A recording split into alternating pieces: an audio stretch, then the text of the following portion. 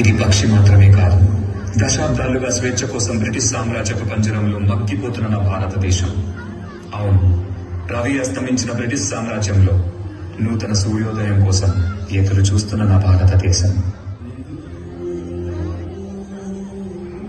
ఎక్కడికి పోతున్నావురా కుక్క? పంటలు అమ్మటానికి తోడా? వీడికి తెలియదా, పంటలు పండితే అమ్మటాలు లేవు, మా గవర్నమెంట్కి పంపాలి, మేము ఇచ్చిన దానితో సరిపెట్టుకోవాలి. మా పంట పైన మీ పెత్తనమేంటి? మా పంట మా సొంతం. You bloody Indians, you should know one thing. ఇక్కడ గాలి మా సొంతం, భూమి మా సొంతం. ఆ మాటకొస్తే పంచభూతాలు మా సొంతం. వాటితో పండే పంటలు కూడా మా సొంతమేరా బానిస కుక్కల్లారా. Go get the bags. ఈ బానిస బ్రతుకులు మార్చడానికి ఎవ్వరూ లేరా?